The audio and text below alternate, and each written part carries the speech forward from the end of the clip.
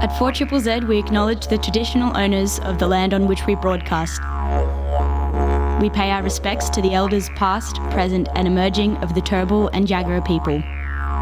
We acknowledge that their sovereignty over this land was never ceded. And we stand in solidarity with them.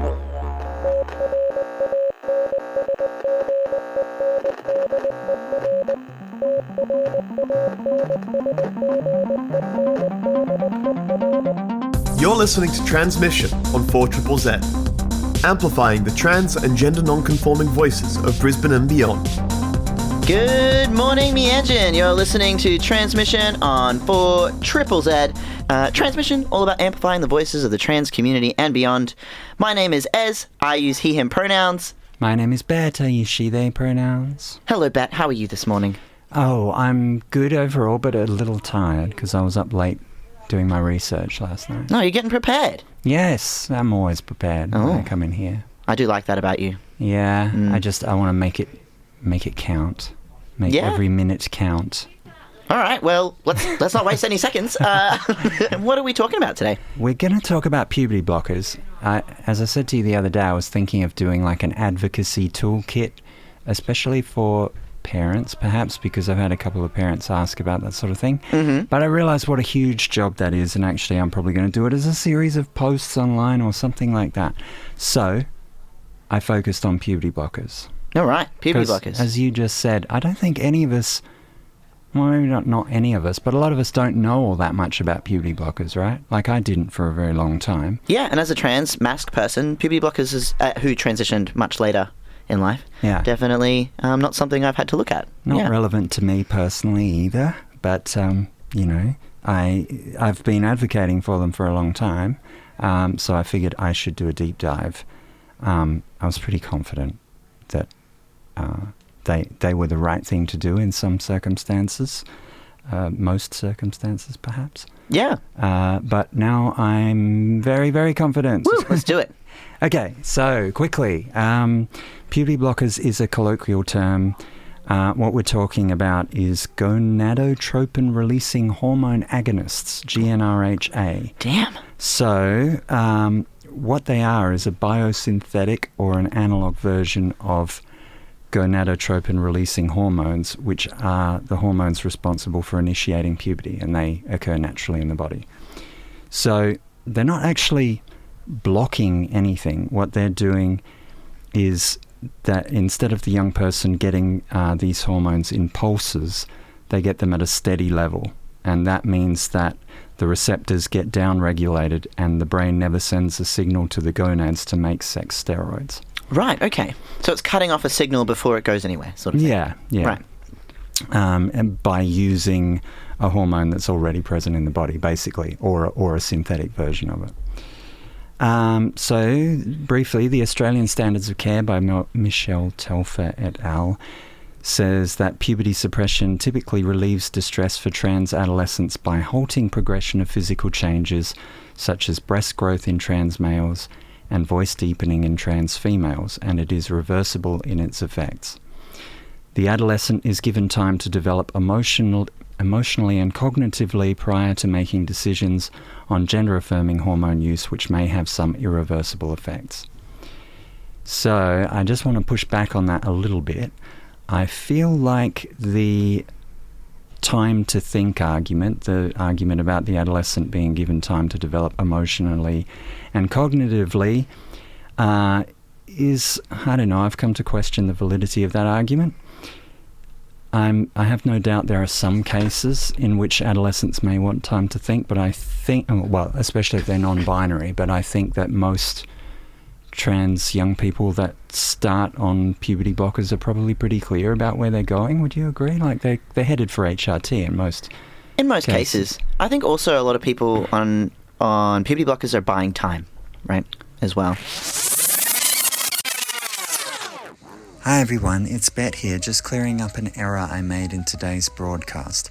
I said that Hilary Cass had weaponized the time to think narrative by citing a study from the Gender Identity Development Service.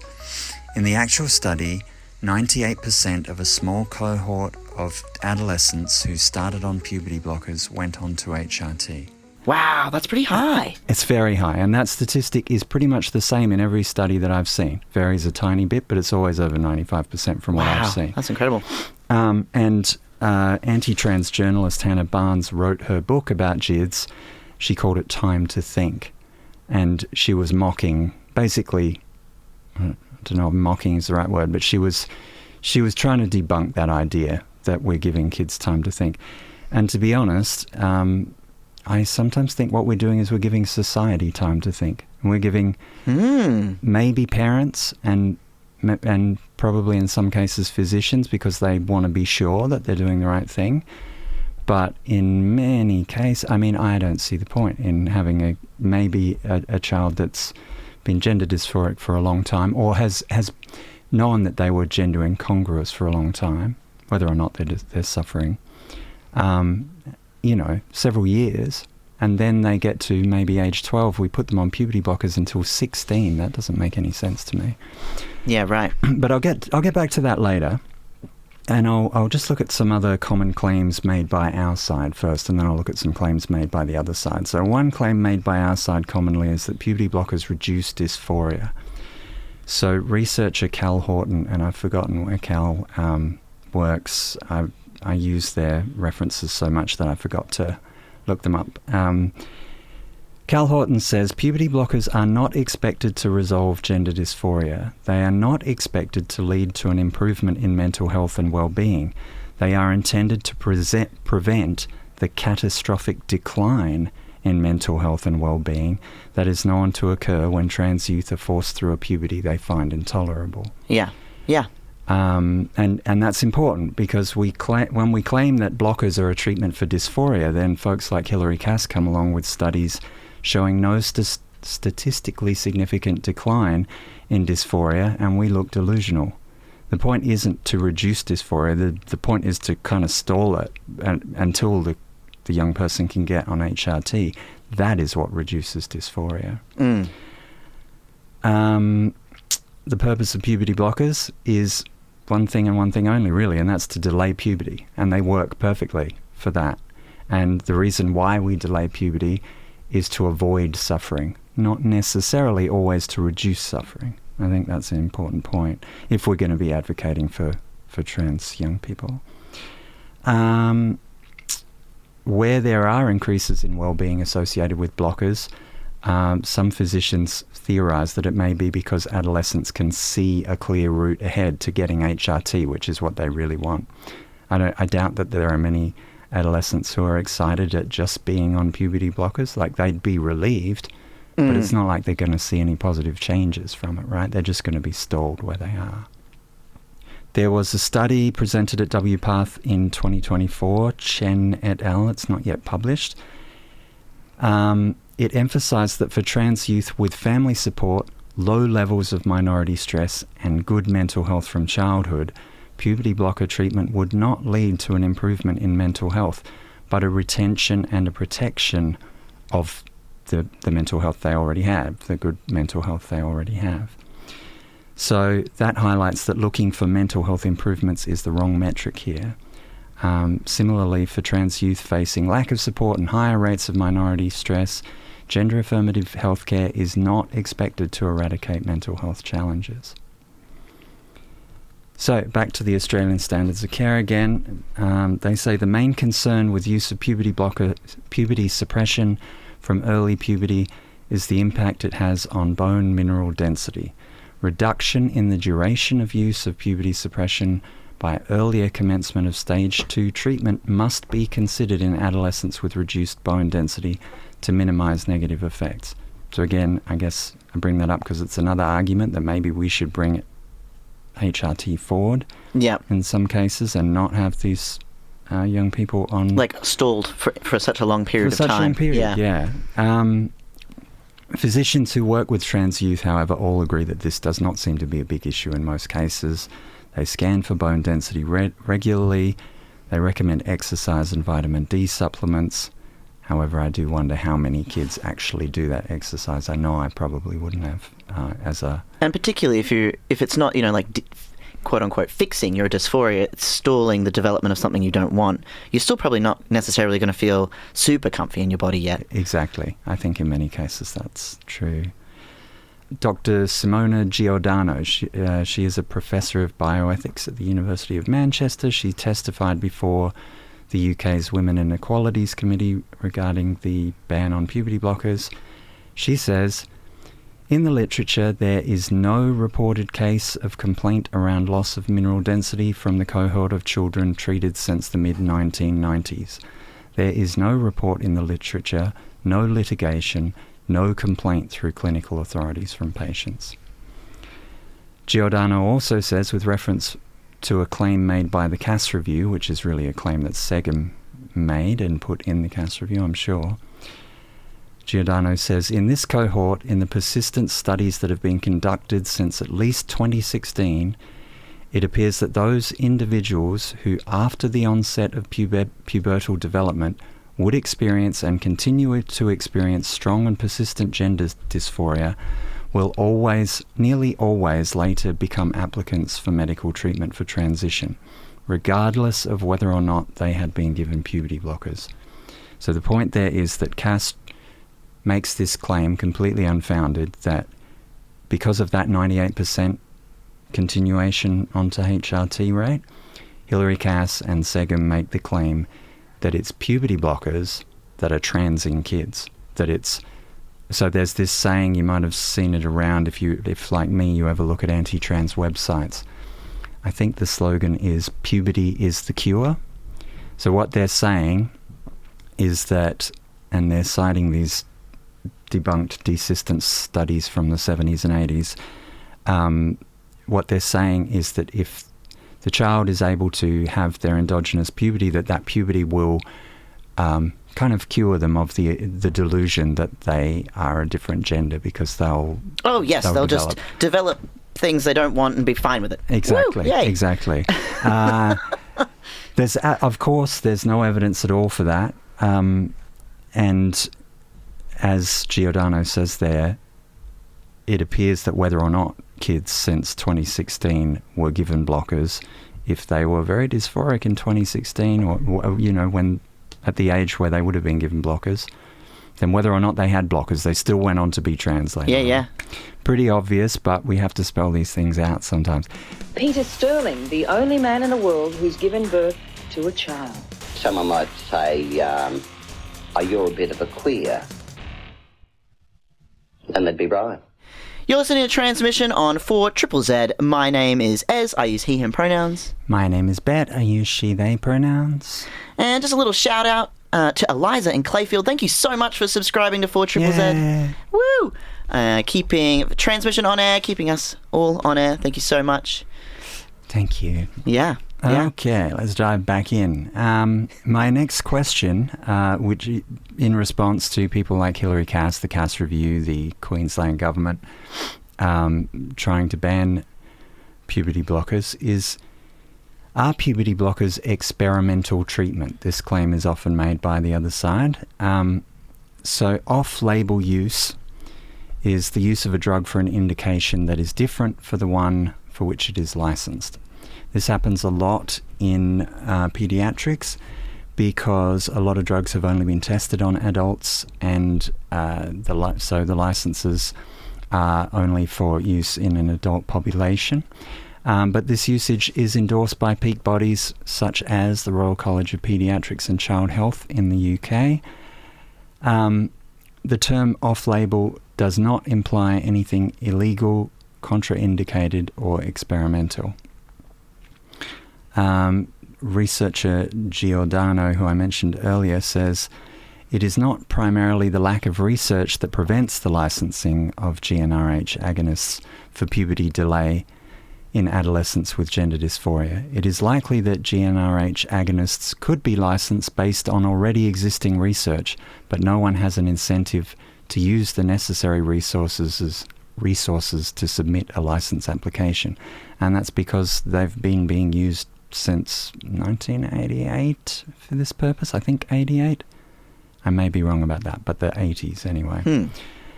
and they're widely thought to be safe by everyone who uses them. So there is no incentive for drug companies to go through the fairly arduous process of applying to have them on label. Another thing that Hilary Cass and people who campaign against puberty blockers often say is that we need randomised controlled trials. I won't dwell on this too much because I think that everyone in the trans community by now probably realises how ridiculous this is. Yeah. But I will spell it out for those who've just tuned into the argument. Briefly, blinding is necessary in a random controlled trial to reduce bias, but you can't blind a random controlled trial of puberty blockers because it would very soon be obvious to both participants and researchers who was on the blockers and who was not. That would also mean that participants who were denied blockers would be likely to either withdraw from the study, and high dropout rates are another source of bias, or seek blockers outside of the trial. Yeah. But also, it's unethical because can you imagine the sheer distress of those young people who've been waiting in many cases for a long time as they jump through all the hoops to get on puberty blockers. With 491 here. Yeah, exactly. And then they finally get there and they're given a placebo and they realise that within 3 months. I think the distress could actually be fatal in some cases. Yeah, definitely. So Giordano points out that a RCT would not be an effective way to study long-term negative side effects either. So things like bone density, if that is an issue, then it might not turn up until a lot later, and random controlled trials are not longitudinal studies. They don't generally last very long at all. Another accusation by the other side in this argument is that there's a lack of so-called high-quality studies. Now, firstly, that is a specific scientific term used by the GRADE system, which is a system of rating studies that's used commonly in systematic reviews. So the Cass review was ostensibly based on, I think it was 5 systematic reviews done by the University of York in England. There are some problems with those systematic reviews, although on the whole, I think the consensus is that they're convincingly done. There are a few strange quirks about them that show a potential bias, but there's a question about whether the grade system, and it wasn't even the grade system that was used, it was a modified version of the grade system, but there is a question about whether that was the right way to grade studies in this field, because things that can make a study quote-unquote low quality in that system are things like tiny cohort sizes, but there just aren't that many young people that go on puberty blockers, so it's very hard to have a study that has a large cohort size. There's often only one gender clinic in any given country. For instance, in Holland, where gender-affirming care for young people was pioneered and where puberty blockers were first used for this purpose. So the studies that were done there in the late 80s and early 90s and were actually into the 2000s, there was only one gender clinic in the country, so they couldn't spread the study over different sites, which is another way that you have a so-called high-quality study. And lastly, there's just very little funding for trans-related research. So, again, it's very hard to set up these big studies because they require funding. Money. Yeah, unfortunately. Yes. So, as Cal Horton says, should we review all the literature to see what benefits and harms can be found and make the best possible decisions based on existing evidence whilst highlighting future research priorities? Or should we critique the quality of existing literature, rule it of insufficient quality, rule it therefore inconsequential, and then proceed to policy making with no consideration of the existing evidence base? I think it's pretty clear we should probably do the first. Yeah. So earlier I said I'd return to the time to think argument. So I found a video by someone called Johanna Olsen-Kennedy, who I'd never heard of before, but she's a bit controversial at the moment. She's a specialist in trans care working in Seattle, Washington, I think. She did the speech in Seattle anyway. She's currently being taken to court by a so-called detransitioner, someone who returned to identification with their gender assigned at birth.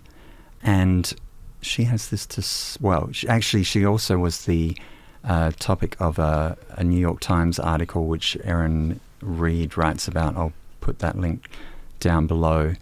The New York Times made out that she had suppressed research. That's not actually true from what I can see. So anyway, Johanna Olsen-Kennedy says, this is interesting, I didn't know this, that pubertal timelines are different in ovarian and testicular puberty. So for transmasculine kids, she says that we're talking about age 9, 10, 11 when puberty starts. This is later for trans femmes. So preventing puberty, if it's going to happen, and it rarely does apparently for transmasculine kids because they just don't get in there that early. Yeah. Preventing puberty is needed earlier for transmasculine kids. So what she says is that a lot of 13 and 14-year-old transmasculine kids come into the service. They're already through puberty because they started it at 10. But they have to go on puberty blockers because that's the law, because they can't go on to HRT until they're 16. And in many constituencies, you actually have to have been on puberty blockers for some time before you can actually access HRT, whether or not they're doing anything worthwhile for you or not. So in this case, when a transmas kid goes in at age 14, they've already gone through puberty, but they have to wait till 16 to get on HRT. They go into menopause when they go on puberty blockers. Yes. Because they have no sex hormones in their body. So they have hot flashes, they'll have insomnia, they'll have short-term memory problems, and they'll have an exacerbation of depression. And again, then this shows up in some studies, and then the other side weaponizes it, saying that it's the blockers that are having the negative effect, but actually it's the timing of the blockers that's having the negative effect. She says, on the other hand, that transfeminine folks she talks about transfeminine folks on puberty blockers. Oh, hang on. By the way, I didn't write this down, but her solution to that is to give microdoses of T to transmas kids.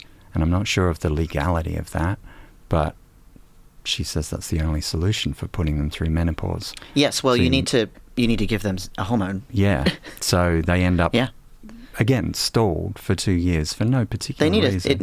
They need to have a sex hormone at that point. Yeah, essentially. Yeah, exactly.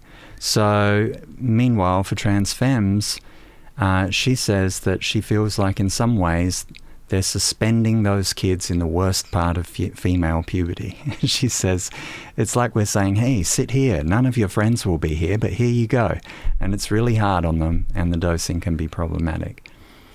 And this is a common observation about trans adolescents being stuck on puberty blockers, that it can be alienating. So Stephen Rosenthal, a San Francisco specialist in care of trans youths, mentions the potential negative effect on bone health of extended puberty blocker use and argues for an earlier introduction of HRT. But he also notes the negative impacts on emotional well-being when you deny trans youth the opportunity to progress through puberty at the same rate as their peers, thereby socially isolating them.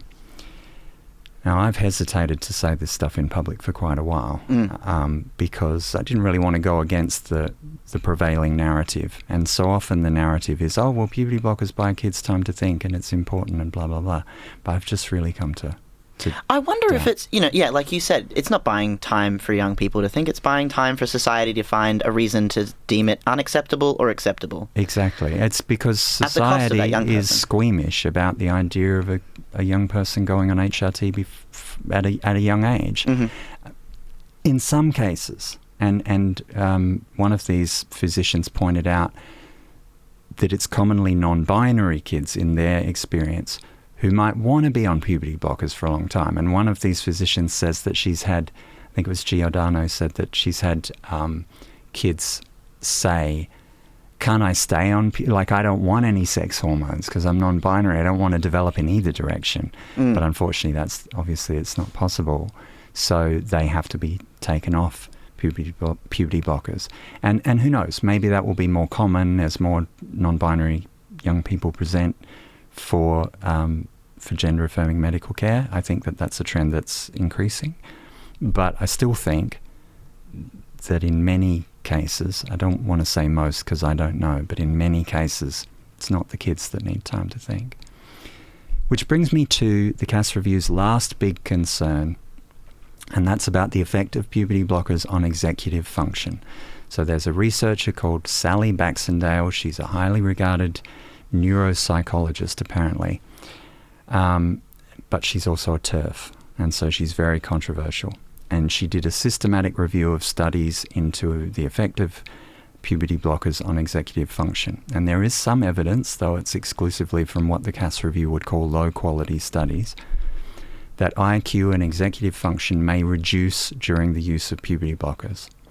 Now, almost all of these, there were only 5 studies that she could find that existed on this topic, and I think only one of them was a case study of a single trans femme, and the other were cis kids with precocious puberty. But still, I would agree with her that if IQ and executive function reduce with cis kids who are put on puberty blockers for precocious puberty, then probably that happens when you pause puberty for trans kids too. But my question is, why doesn't Hilary Cass then recommend, the same way that Michelle Telfer does, that kids should be able to access blockers earlier? And so what I think is maybe we should just face up to it. Like, that it's possible. I mean, look, it makes sense to me that if you go on puberty blockers and you stall puberty at a time when your brain is developing rapidly, that it may stall your brain development, probably does. And you may therefore fall behind at school for a couple of years or something. I don't know. There aren't enough studies to say, right? But it makes sense to me it could be possible. And all the Cass Review has to do is make these things seem possible. They don't have to convince us. They don't have to convince the public at large that this stuff is happening. They just have to likely. Sow the doubt, right? Better be careful. And obviously we would say, well, look, if that child falls a bit behind at school but they stay alive, or they get to progress to the gender that... Your kid's alive? Oh, wow, that's amazing. Yeah, or they get to progress to HRT and feeling at home with their gender, then it's worth it. But it's just more negative publicity, and I actually wish that we would all just face up to that maybe the argument then should not be trying to keep this status quo where we put kids on puberty blockers till 16. It should be arguing that puberty blockers start at 14, or that they start when is relevant to that child. Now, I do understand that in the case especially of transmasculine kids, they often realise that they're suffering from gender dysphoria later, and so then it's harder to establish a history of gender dysphoria, and there's reasons for that. I discussed them a couple of years ago when we talked about Tay Meadows' Trans Kids book. So I do understand where some of the doubt comes from. But I mean, as a starting point, for God's sake, for the kids that have known, like for a trans femme who's known that she was trans femme since the age of 4 or something, for her to have to wait until 16 to go on HRT is absolutely pointless, in my opinion. So, yeah. I'm going to finish there. No, I'm with you. I'm well and truly with you. So I had one other thing to say. Well, actually, one short thing, qualification of what I said earlier. By the way, I'm definitely not advocating for keeping trans-masc young people in puberty blocker limbo either. I'm just saying I understand why, in some cases, if a child has developed gender dysphoria relatively late, that could be... something that physicians aren't as confident about. I still think that they could probably get over it. But I did want to say one last thing, and that is, whereas there are a few low-quality studies suggesting that puberty blockers may have negative cognitive effects, there are other more robust studies suggesting that HRT has positive cognitive effects. So it seems from what few long-term observational... I think there's been 2 longer-term studies. One of them shows that there is no dip in educational attainment, which isn't the greatest metric, I don't think, of trans people who've been on blockers and then progressed to HRT. But there does seem to be anecdotal evidence that HRT tends to solve a lot of the problems that happen on blockers. You know, it's kind of like one of these things. Sometimes you get medication to treat something, and then you have symptoms of that medication, and then you get other medication to treat that thing. So that's right. You know, it's complex. It's not always like a straightforward thing. As an ADHD person, you know, I'm on Ritalin. I'm prescribed Ritalin to help me concentrate, but, you know, I also lack appetite. So, you know, there are side effects of things, but the Ritalin helps me overall feel better and function and get by and, you know, do my laundry, things like that. So, you know, it's kind of like, and same with binders even. Binders are known to harm and can sometimes crush your sternum as you develop. You can develop some issues with breathing with binders, and we know that that's a side effect of binders, regardless of how good they are. But the overall well-being of that young person to want to live wearing the binder significantly outweighs that. So, you know, it's kind of like weighing these things up. Well, and also I think we could all agree that one thing that does negatively impact cognition is trauma and depression and anxiety. And those things are all going to increase with a child that wants to transition but is denied puberty blockers or HRT. And I would argue that their happiness supersedes all else. I think so too. And I don't like to get in the weeds about Hilary Cass's arguments, but I do sometimes feel like when we don't address them, they just get louder. Oh, absolutely. And I'm glad you're here to wade through the weeds for us, Bette. Thank you so much for tuning into Transmission. And thank you to Tamara from Highvale for subscribing to 4ZZZ as well this morning. You're amazing. Yay, thank you. Woo! We'll leave you on that and have a good week. You. Bye. Thank you so much for listening to Transmission. See you next Tuesday, 9 to 10 a.m. on 4ZZZ.